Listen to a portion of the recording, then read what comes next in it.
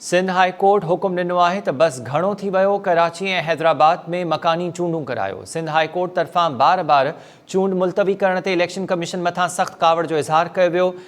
मकानी चूंड कराइण बाबति जमायत इस्लामी ऐं तहरीक इंसाफ़ जी दरख़्वास्तुनि ते chief justice Sindh High Court ॿुधणी कई।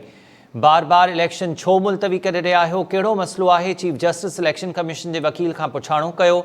वकील इलेक्शन कमीशन जो चवणो त काल मोकल जे करे इलेक्शन कमीशन जो इजलास न थी सघियो। अदालत रिमार्क्स में चयो त ही इलेक्शन कमीशन आहे या को स्कूल? मोकल हुई त छा थी पियो? बस घणो थियो, मकानी चूंडूं करायो।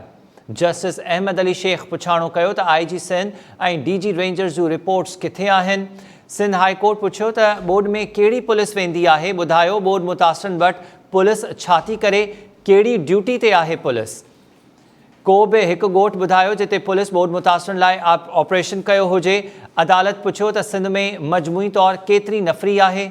अदालत चयो त अदालत तरफ़ां एडवोकेट जनरल सिंध जी वधीक मोहलत वारी सदा रद्द कई वई। अदालत जो चवणो त वधीक वक़्तु नाहे, फौरी रिपोर्ट ॾियो। अदालत तरफ़ां DG रेंजर्स ऐं IG सिंध खे अहलकारनि जे अंगनि अखरनि बाबति रिपोर्ट ॾियण जो हुकुम जारी कयो वियो। वकील जो चवणो त इलेक्शन कमीशन जो इजलास थिए पोइ ॿुधणी रखो। सिंध हाई कोर्ट पंहिंजे हुकुम में चयो त असांजो इजलास सां कुझु न वञे, बस कराची ऐं हैदराबाद डिवीज़न में मकानी चूंडूं करायो।